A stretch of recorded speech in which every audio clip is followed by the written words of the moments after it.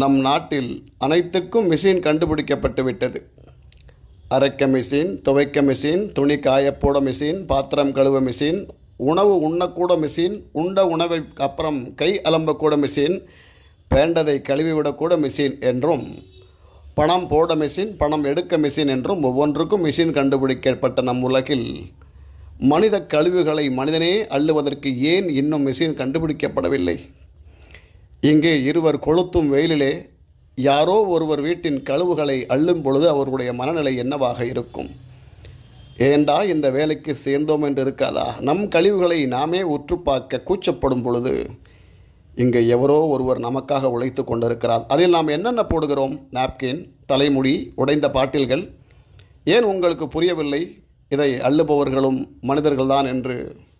இன்றும் பலருக்கு புரியாமல் அதில் தேவையற்ற கழிவுகளை போட்டு அவர்களுக்கு இரத்த காயம் ஏற்படுத்துகிறோம்.